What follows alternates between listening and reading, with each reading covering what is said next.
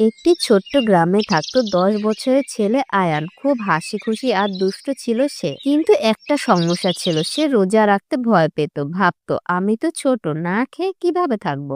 রমজান মাস আসতে আর মাত্র ২ দিন বাকি। গ্রামের মসজিদে চাঁদ দেখার ঘোষণা হবে। আয়ান তার আম্মুকে জিজ্ঞাসা করলো, আম্মু, রমজান মাস এত গুরুত্বপূর্ণ কেন?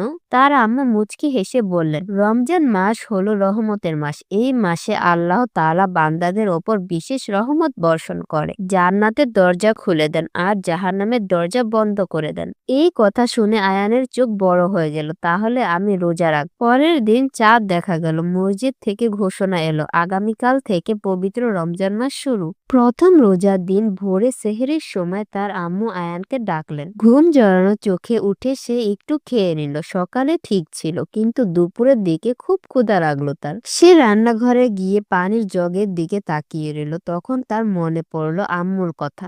রোজা শুধু না খেয়ে থাকা নয়, খারাপ কাজ থেকেও দূরে থাকা। ঠিক তখনই দরজায় কড়া নাড়ার শব্দ। পাশের বাড়ির এক গরিব খালা এসেছেন। তার বাসায় খাবার নেই। আয়ানের আম্মু চুপচাপ কিছু ডাল আর চাল দিয়ে দিলেন। আয়ান অবাক হয়ে বলল, আম্মু, আমরা তো রোজা রেখেছি, তবুও অন্যকে দিচ্ছি। আম্মা বললেন, এই মাসে বেশি দান করতে হয়। রমজান আমাদের শেখায় অন্যর কষ্ট বুঝতে।